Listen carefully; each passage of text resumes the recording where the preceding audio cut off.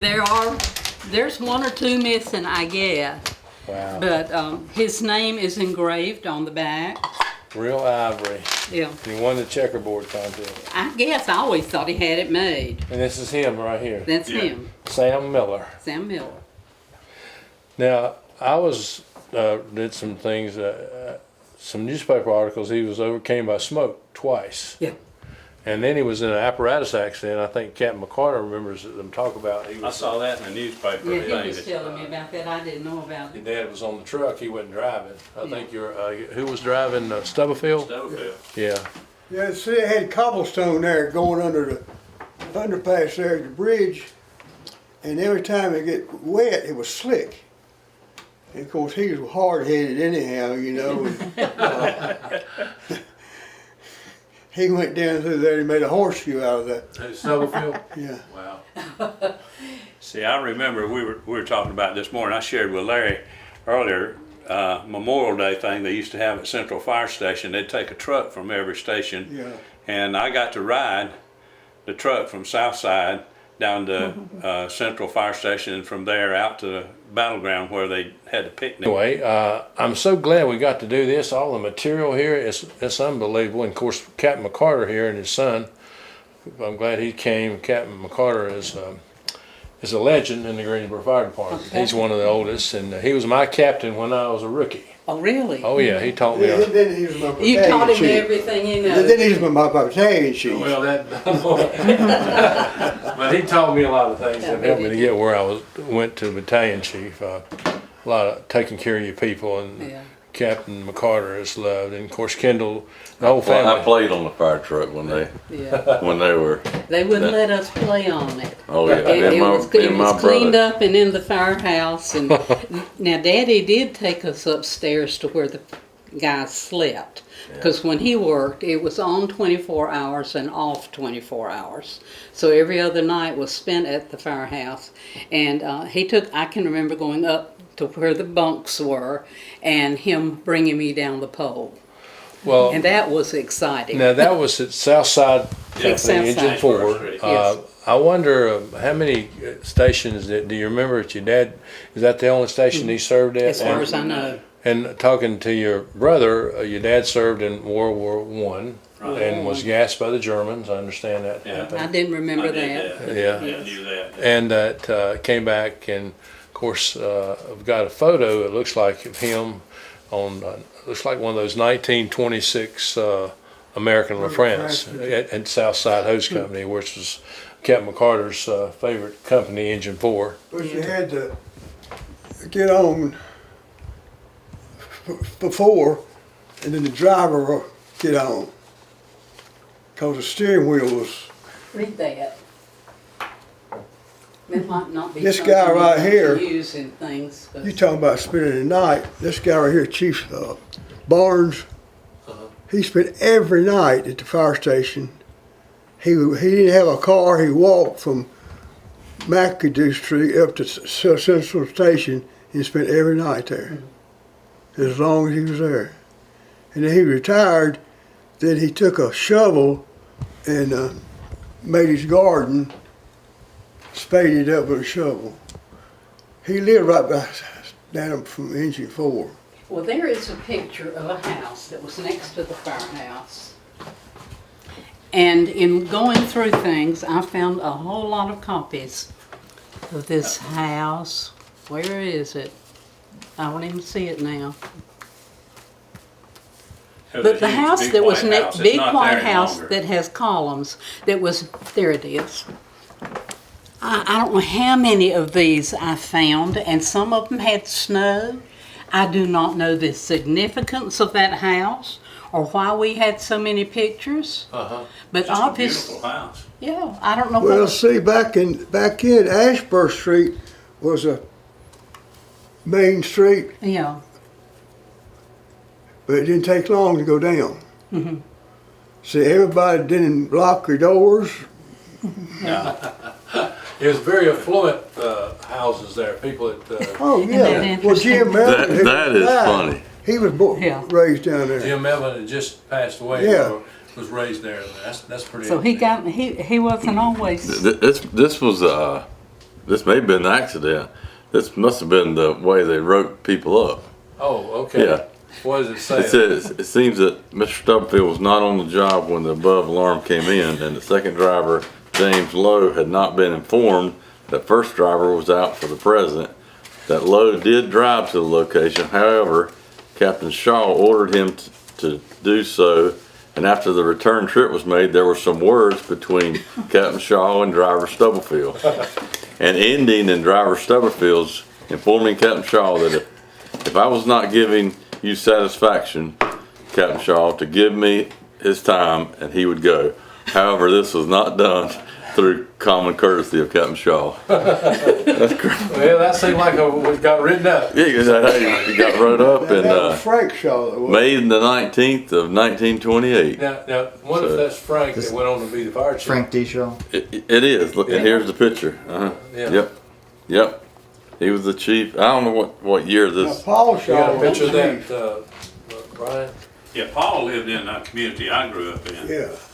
Yeah, and that's a lot of people you work with. You got a picture of Sam here?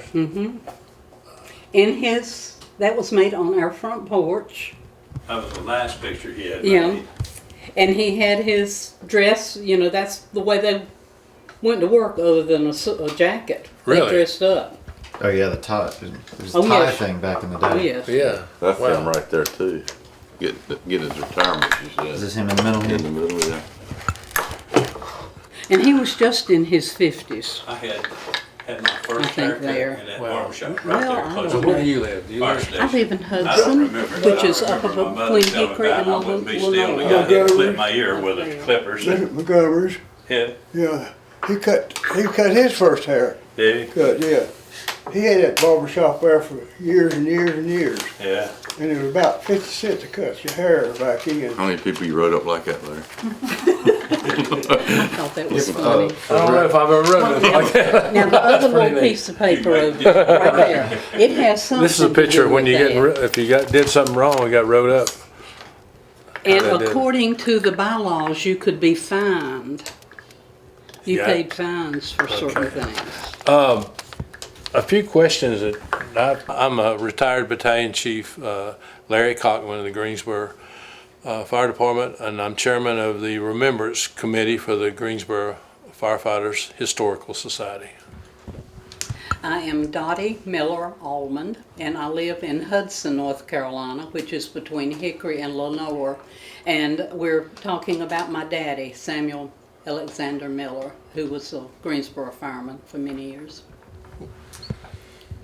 All right, I'm retired Fire Chief Kendall McCarter from Pinecroft-Sedgefield Fire, and son of Captain J.E. McCarter from Greensboro Fire.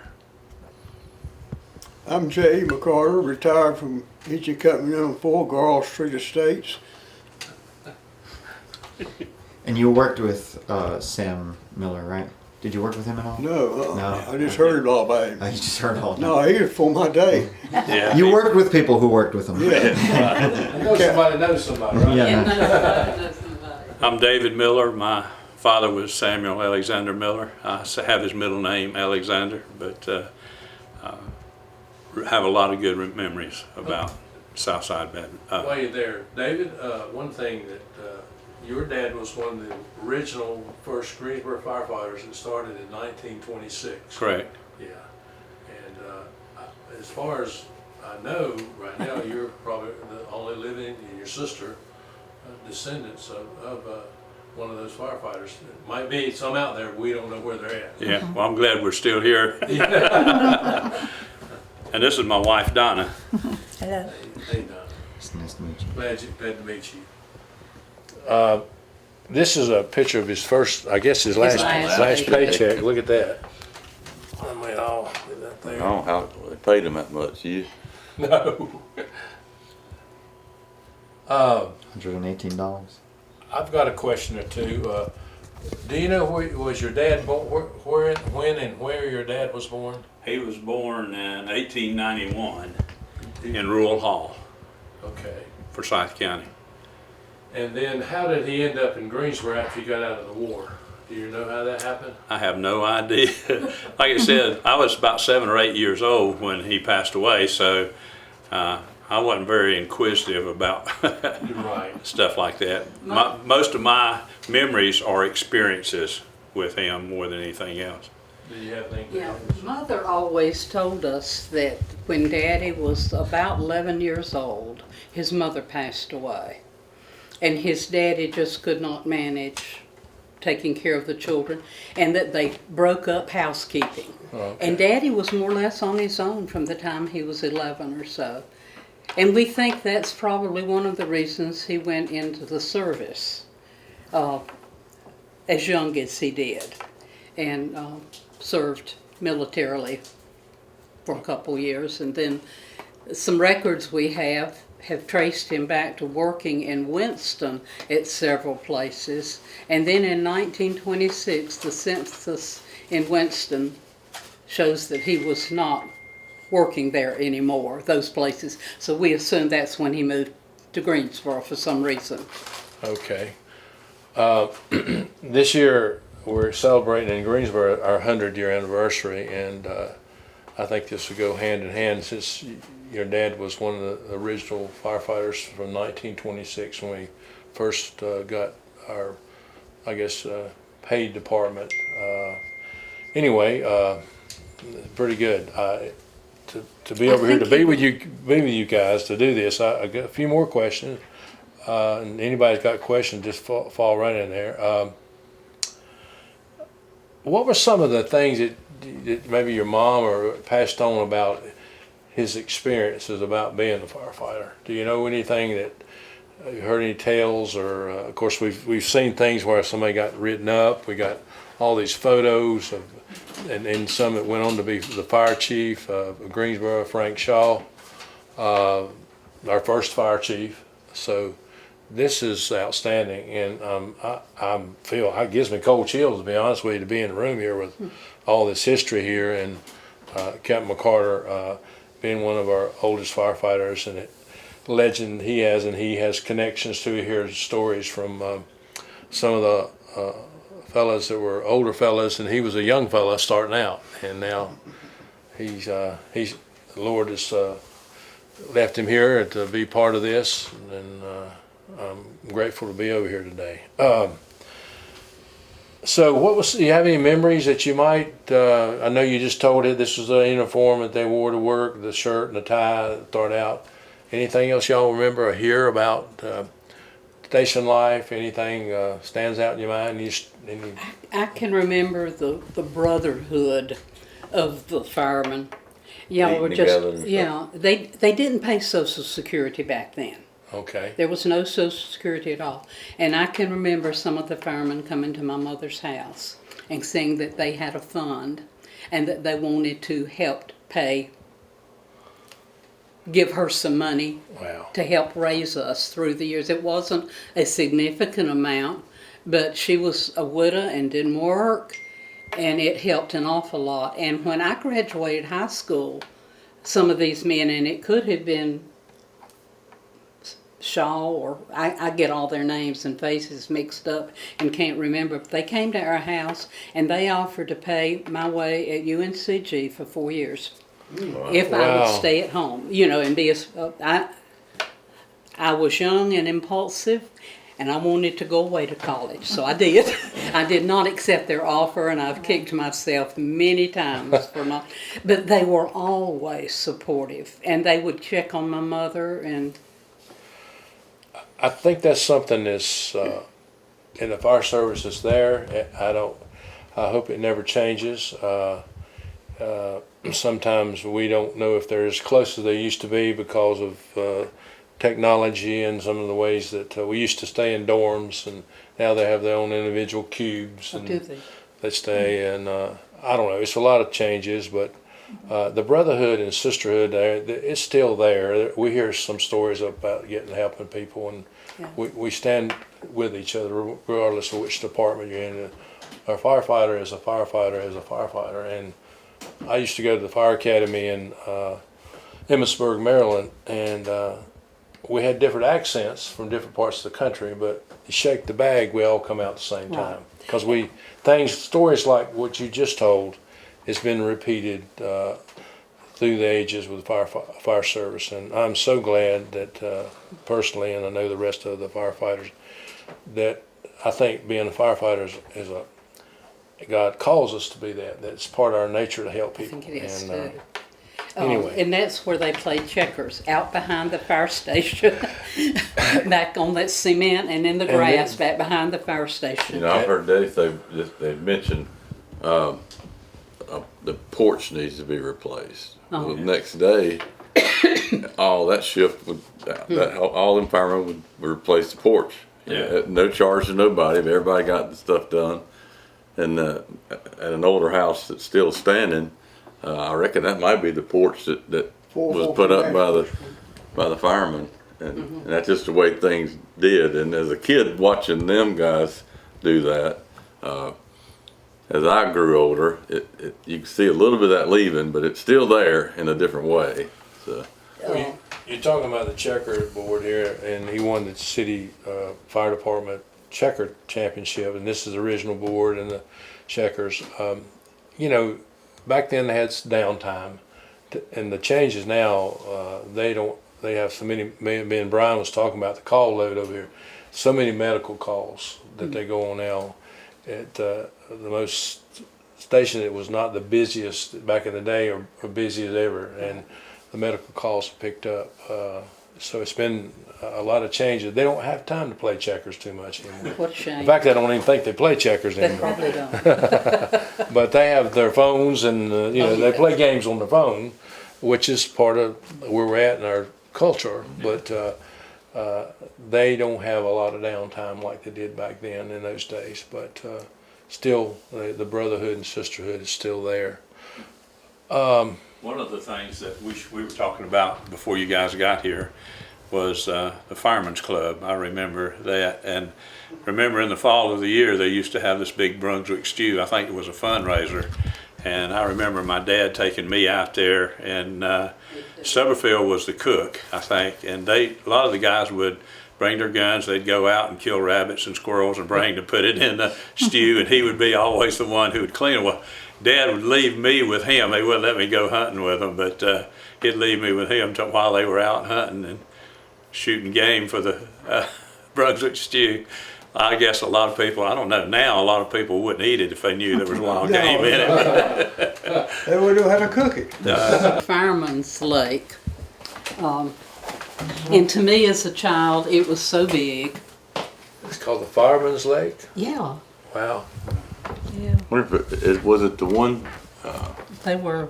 Out there close Right to here. the battleground area. Yeah. Yeah, after They're Fireman's Lewis Club. Recreation Center. Yeah. Yeah.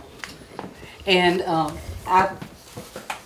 David and I were talking about this the other day, and Daddy liked to swim. I never could swim. But as a child, I'd go out there with him, and there was a little bench. And after a while playing in the water, he'd tell me to go sit on the bench, and he'd go out there and lay in the lake. And I remember seeing him go to sleep, floating. Then he would wake up. But I don't know whether that lake is still even there. I don't think it is. It's not there. That's where he taught me to fish. The Fireman's Club is still active. Yeah. And it's grown a lot in the last few years. One time it got low membership, but a lot of people took some leadership roles, and we meet the fourth Tuesday of every month now. And we have a meal and tell a bunch of stories, war stories, like fish stories that get bigger. And Yeah. anyway, it's fun to reconnect with our friends that's retired.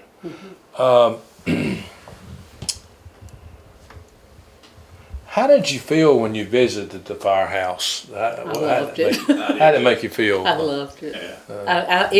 It was another world. It was an exciting world.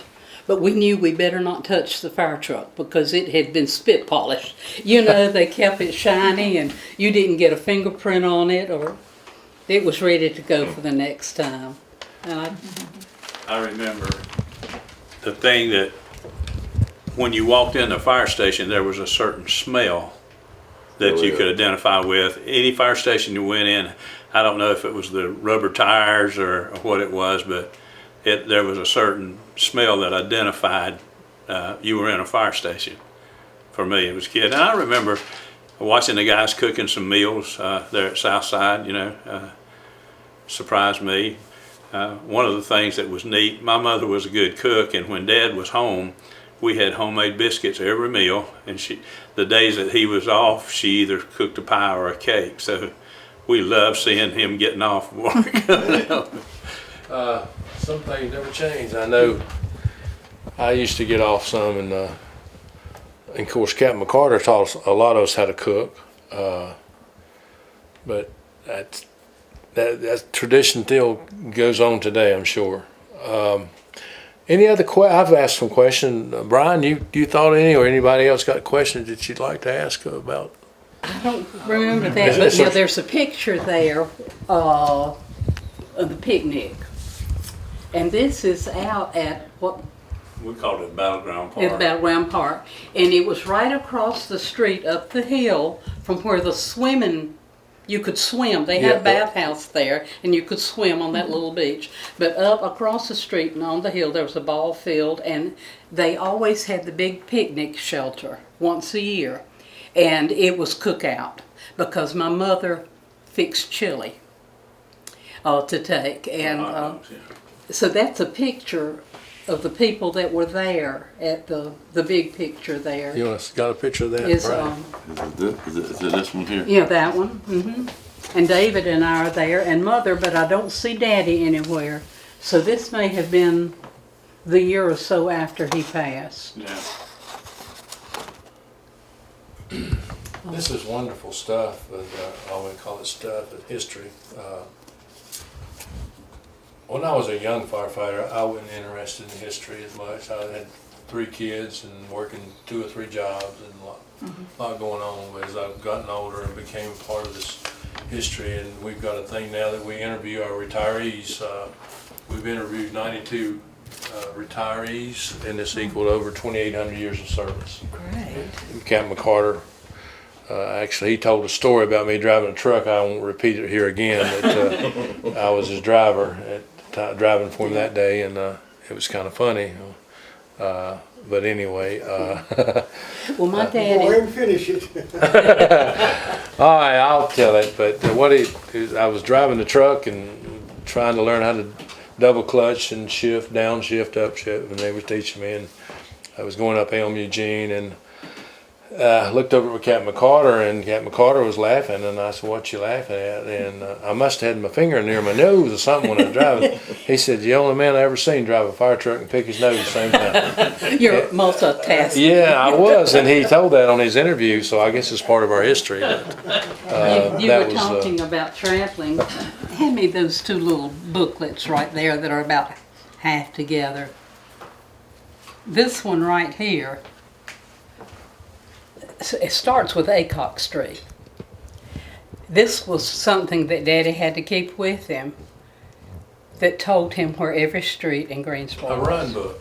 Yeah. That, And you had to know that information. Yeah. They didn't have the Google Maps, and this is something about an ordinance prescribing certain regulations for the prevention and control of fire.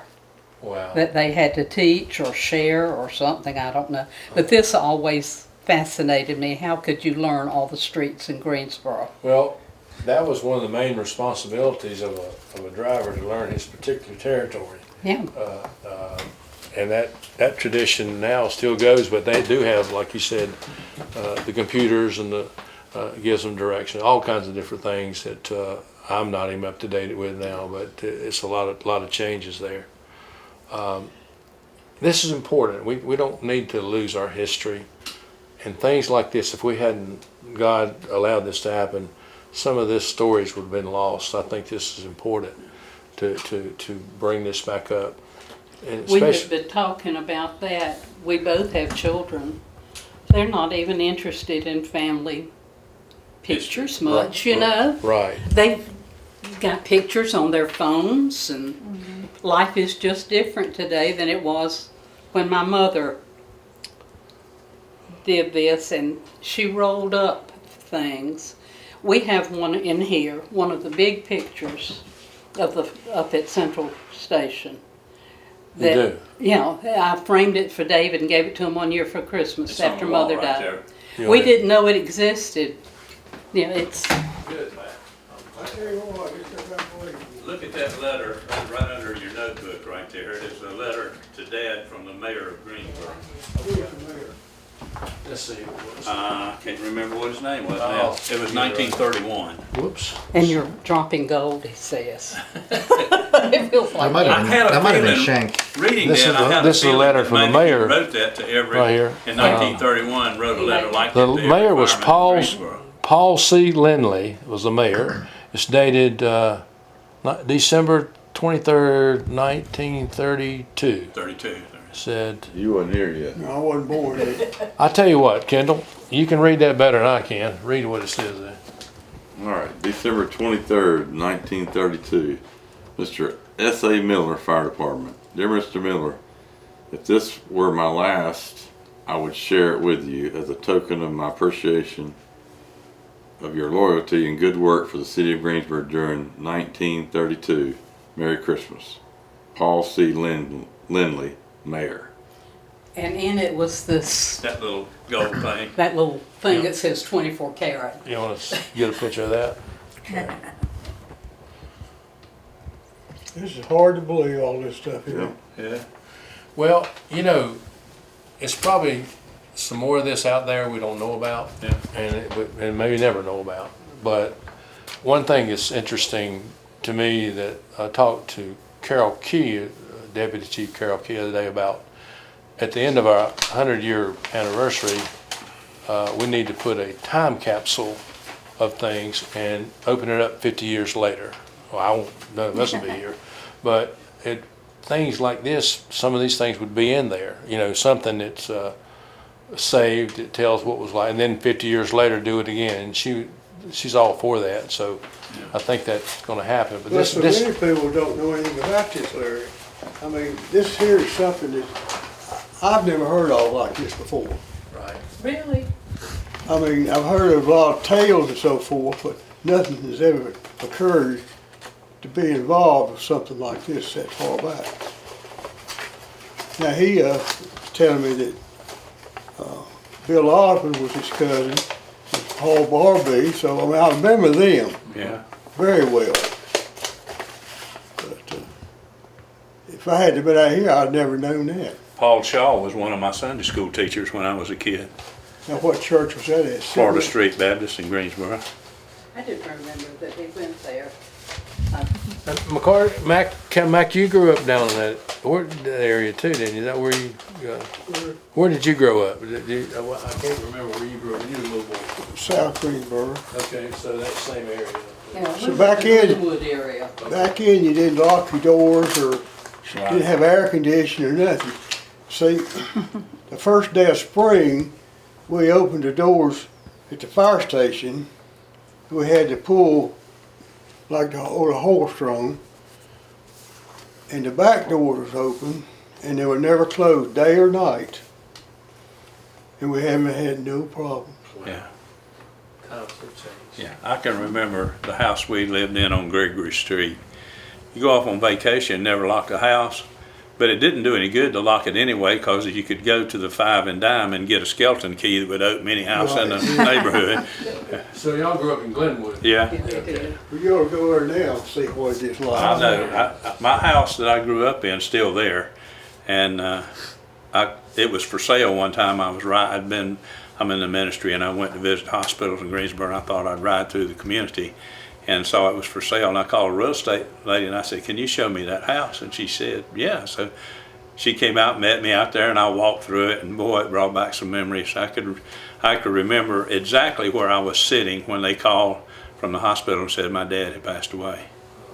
Now, whereabouts on Gregory Street you live? It was 1118. Right Early before on, you know, Oak Street and crossed Yeah. there. Well, early on there was a ball field right at the corner of Oak, and we were the only house there. Robinson's store was there, Yeah. and then Charlie Fine lived next door, and then our house, and then it was vacant lot all the way to Oak Street. Jim Fennison lived. Jim? You remember Jim Jim Fennison? Fennison? Oh, yeah, I do. Lord, yeah. Yeah. They lived down on Oak Street, and our backyard's just about, Dewey Kibbett. Yeah.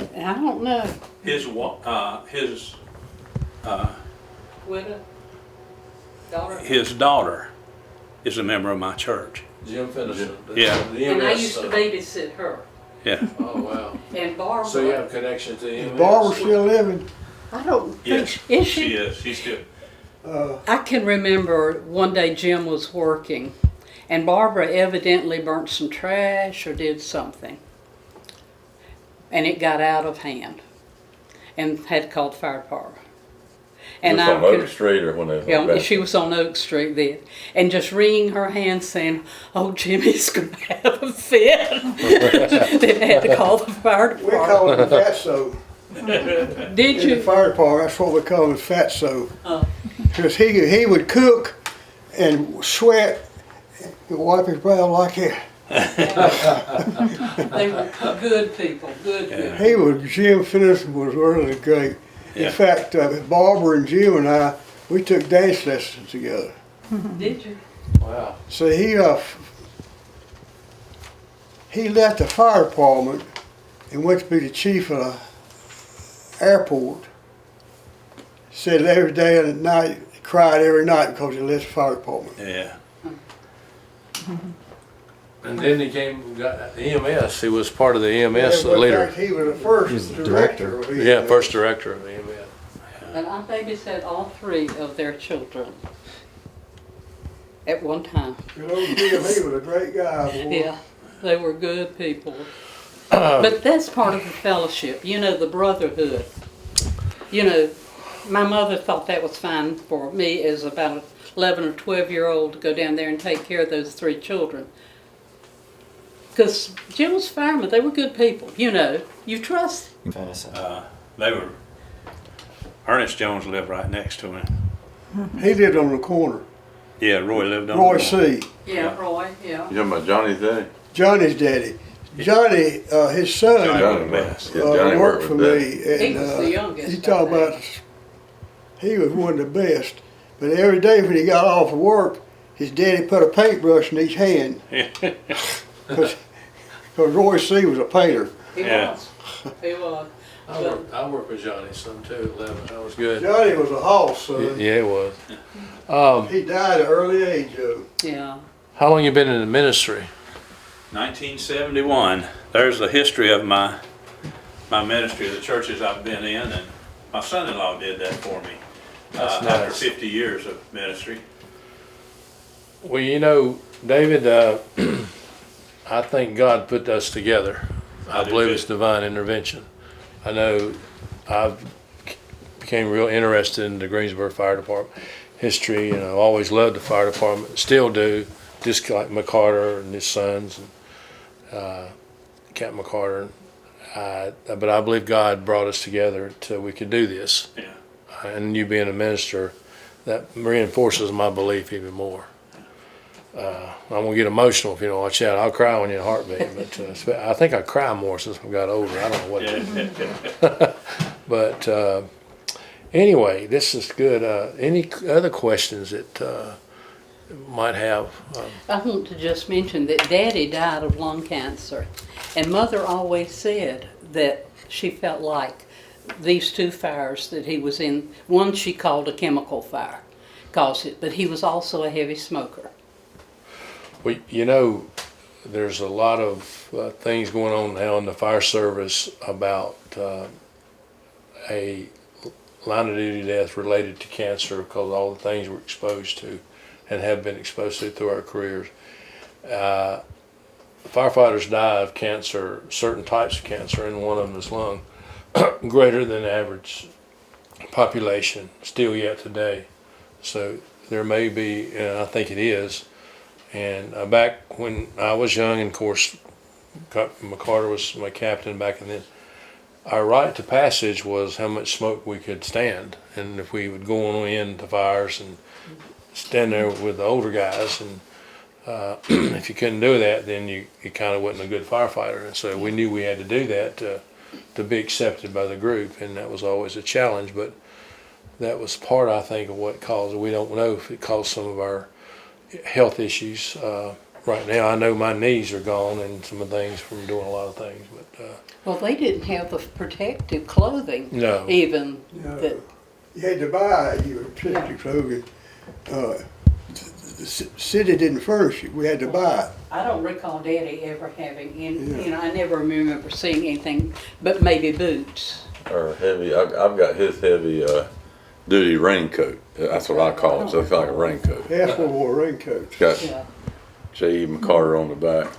it's made out of kind of a rubbery. Oh yeah, it's just like a heavy duty raincoat you'd buy at hardware But I store. say, don't touch it because it'll fall apart. And I can remember in some of the materials that we have, I don't know whether they're out here or not, but there was a question about Daddy's ability to retire when he needed to because of his health. He was in and out of the hospitals, and this was before radiation or chemotherapy or anything they could do much for lung cancer except surgery, and that didn't help a lot. And he was in the VA hospital somewhere, and he told them, he was diagnosed with cancer and was not doing well, and he said he needed to get home to his wife and family, and they kind of disagreed, but he left anyway. Right. So he checked himself out and came home, and was too sick to work, and the fire department knew that, but the state employees, whoever were paying or whoever paid the salary at that time, did not agree that he could retire before he reached a certain milestone, and I can't remember what the milestone was, but somebody got in there and worked it out so that he was able to retire. How many years did he serve? I think he retired in 1946. 40. Well, this 49. 49. Yeah, That his 49. last check was 49. And he died in 1950. Yeah. The newspaper here that you got a picture of, can you hold that? That was a local newspaper called the The Democrat, Greensboro Democrat. These are some of the trucks from the old station in 1926. That looks like the one that's downtown, the old central station. Yeah. Not the one we got now, but there was another central station before the 1926. But wow, look at it. This must be a parade or something that was on. I don't know. Oh, and one of the things that you... Does it tell there what it was about? Well, I can't read too well, but You got your young eye. that's Old Dobbin was finally replaced by the horseless carriage, and the Greensboro Fire Department was motorized. Here above are shown the first two fire trucks placed in service here and still serving, all decorated up for the 4th of July parade. The picture was taken July the 4th, 1920. 1920. And Wow. the first truck was placed in service here in 1914. And then it says who the people are standing around it. I think Daddy was a volunteer Here at that before, time, yeah, before he he paid. became paid. So I don't know how long he did that, but Yeah, these are probably pictures of the volunteers before it became a maybe paid. so. Evidently, at least they Wow. had a vehicle in 1914. You get rid of the some horse sort. and buggy, right? Or horse-drawn steamers. They called them steamers back then. Yeah. The bylaws indicate how they can have a parade. They can call a parade. Huh. And you could practice. And you could be fined if you didn't go to the practice or the parade. I think it was 25 cents. 25 cents.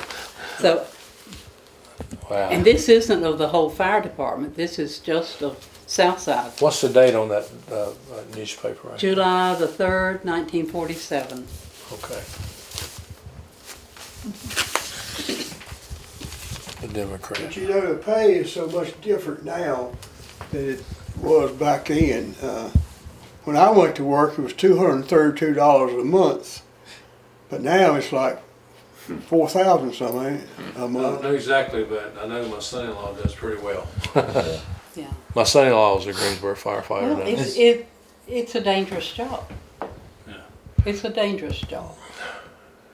I remember Roy Jones he used to ask me at least 2 or 3 times a year, what are you gonna do when you grow up? And I always told him I'm gonna be a fireman. And he'd just laugh. He thought that was funny. Well, Roy C. would come down to the station about every time Johnny was working, bring us a big old thing of ice cream. Yeah. There's a lot of photos here. I don't know, Brian, how we can get pictures of all those before, and there was some of the, I don't know if we've discussed. Is there any photos in here that you might want to discuss something that we I haven't? don't know what it is. Let me see And that. I I can don't tell you know a where little it bit. is. Now, this looks like one of the old stations, like maybe old Station 5, or maybe on Chapman Street. And I don't know, maybe What's 7 look like on the it corner? might have been. This could have been 7. Yeah, Old Station 7 there at Church. Bessemer and Church, Church. yeah. Yeah. And did he get a What copy do you of think? Yeah. this? yeah, Yeah, that's that's the one I like to see all the names on. You really need to Can you take that to something and blow it up so you Yeah. can read the names. Is it possible for us to do that? Can we use that to do that sometime? Yeah. And this is Daddy's retirement, where he, Yeah, because I see. I guarantee you know all them people today. Mm-hmm. Because they'd have to be in that picture. Yeah. Yeah. Well, see, back then, we wore shirts and ties. yes, you did. Now they just wear anything they want to. Do they? It's- I was wondering it's a today t-shirt what the now. dress code It's was. dress code, they don't have a dress code. It's My guys, when I was there, they wore the uniforms. Yeah, tie clasp and all. Yeah, and Hat. Chief Warwick, he would buy them uniforms for us. He said, "By God, you go wear them." Yeah. They went to work. And Larry was in that. I mean, they all went to work in Class A's. I mean, you had to. When they left home, you know, he'd have that Class A uniform on. Before Daddy was married, he lived in a little, we used to call not it the seen this shanty. It was out off the High Point Road. It was actually outside the city limits of Greensboro. A little 2-room house, no running water, no plumbing. You had an outhouse and you had a well. And had a couple big lots on there. In fact, David finally built his first house there. Where was that at again? Greenpoint Drive. Greenpoint Up there Drive. on High Point Road. You remember where Bob Petty's Oakwood Drive in? I could walk from my house to that. Well, there was a school down there too, wasn't it? You remember Roy's drive-in down there? Yeah. All right, that's That's my uncle. That's his uncle. And the Already? Yeah, my great uncle. Yeah. outside movie theater Roy was McCarter, down yeah. the road a little bit further. Yeah, Greenpoint South Drive Side went in Drive up in. there and circled around and came back out up there at the around the movie theater. But Daddy lived out there on his days off, and we've got all kinds of pictures of that little house. And Boy, you ought to go out there and see. Yeah. You wouldn't even know it. I'd like to drive out there and see it. I go through there once in a while See. and look, yeah. It's nothing like it used to be. We built, before we got married, this was one of the blessings. I had always said I was going to be 30 years old and have a house paid for when I got married. We got married when I was 21. But we did build a house on that property that Daddy had bought in 1930. And it was a 3-bedroom brick house with 1 bathroom. Cost me $7,500 to build that house, and my payment with taxes and escrow and everything was $75 a month. Wow. Daddy had left it to me and Mother and David jointly. He had written out his handwritten will. Didn't have anything notarized. And times were tough for Mother during those years of raising us. And some school, church wanted to buy it and put a school out there. It was Wesley Academy. Yeah, and she was going to sell it to them. And we were still minors. And it was going to take a whole lot of doings in order for her to be able to do that. So she couldn't do it. So she signed over her part, or told us, I don't know which, that And she told me, she said, if you'll give David your part when he's 21 so he can build his house, I'll leave you the house I'm living in. So that's what she did. That's how it worked out. Yeah, and so Just the two of y'all? just the two of us. And that was back in the day. It was before I remember. But Greenpoint Drive came and something went off that way, and something came around here and there. And it left a little island there in the middle. But before that island was there, Daddy said that was his property. Yeah. You know, all of that together. And they went out there and they did the roads and took away part of the property. So I can remember he had a fence around these two big lots all the way around there, and part of it was on the corner. Some neighbor called him and said, they're out here taking your fence down. They're going to straighten out that corner. He said, they're not either. So he grabbed his shotgun and he went out and had a word prayer with them. And that road is still like it was Yeah, they backed up. when he went out there. They backed off and did not straighten that road around. He said, you took part of my property there. I'm not giving you this. Did you ever know the rain camps out there? I don't think so. He owned a lot of property right in that area there. The school was John Wesley Bible College that was wanting Yeah. to buy that, and they ended up building. Stand in the hall, second door. If you can get around here.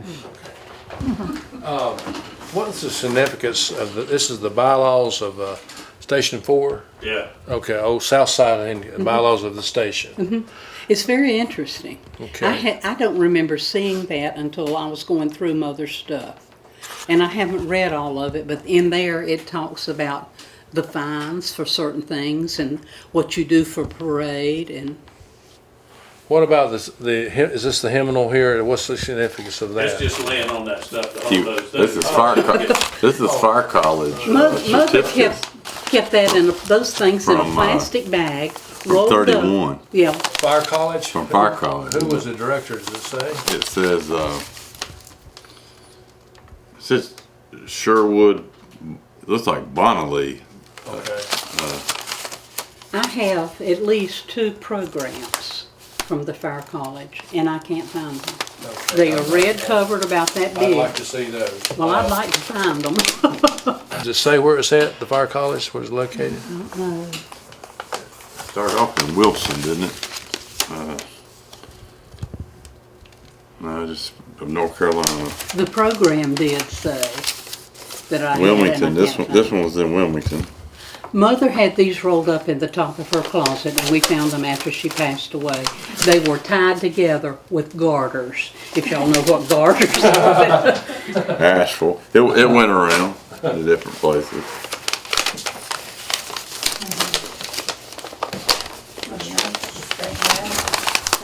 Yeah. It's closed, but Well, I tell you what, y'all done a wonderful job of getting all this together here.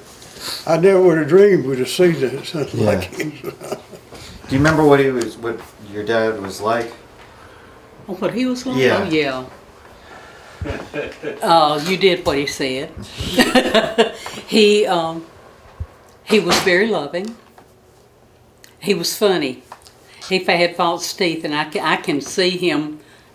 One time I was supposed to be taking my nap in the afternoon, and he was going in or going somewhere. Had on his uniform. He came around to my bedroom window and pulled his hat down and took his teeth out. You know, to spook me. And then when we lived on High Point Road, we lived right beside the Coca-Cola plant for a number of years. And he would get us out of the car one by one. We'd get on his back, and he would take us in and bump us on the post there at the house, and then put us down. And I remember him reading the comic books to me. That's where I had my love for reading, and I've become a librarian. So, but I would sit on his lap, and he would read the comics before I could ever read. And he did not want us to smoke. But he was a heavy smoker, and he always said he would do anything that he would keep his children from doing. And so I asked him one day for a puff of his cigarette. He said, breathe deeply. Like choked me to death. I coughed and coughed. And that's the only puff of a cigarette I've ever had. I never ever wanted any more. And he knew what he was doing there. But if he told you to do something, you probably needed to go ahead and do it and not wait too long, right? Yeah. And I couldn't stand David to get in trouble. We got into an argument one time when Daddy was roofing the garage. And Daddy had told us, David, not to hit me. No, yeah. You weren't to hit me with the shovel, We had a little trowel. shovel we were messing in with sand Yeah. with that shovel in, and I kept hitting your fingers with it. And he said, you better stop doing that. And of course, he was one of those guys who would not whip you at the moment. And finally he said, when I come down from here, you're going to get a whipping. Well, it was about 3 or 4 hours. That was the worst 3 or 4 hours of my entire life, waiting for that whipping. And he'd go get a switch and do it. But I learned to love coffee from my dad. He drank coffee about every meal, and at home he would have a cup and a saucer, and he would pour some coffee in that saucer and put a little extra milk in it, and I'd drink it out of the saucer. I did too. Yeah, but one of the things I remember about his character was, if he told you he was going to do something, it was going to happen, no matter what. And just like that whipping, waiting 3 or 4 hours, I could have not done that with one of my children. I wouldn't have had the heart to do it, but he would do it. But if he told you he was going to buy you something, you can count on it, it was going to happen. You know, when I went to work, I was an oddball because I didn't drink coffee and didn't smoke cigarettes. Yeah. Now I'm 91 years old, I still don't. Everybody drunk coffee, old perk coffee. Yeah. Boil it over, and boy, you talk about stinking. What was it called? Huh? Perk coffee? Yeah, in a yeah. coffee pot. Yeah. Percolator. Oh yeah, the percolator. Okay. He does. But the percolator, what it was, you know what it is as far as what it was brewed in? Percolator.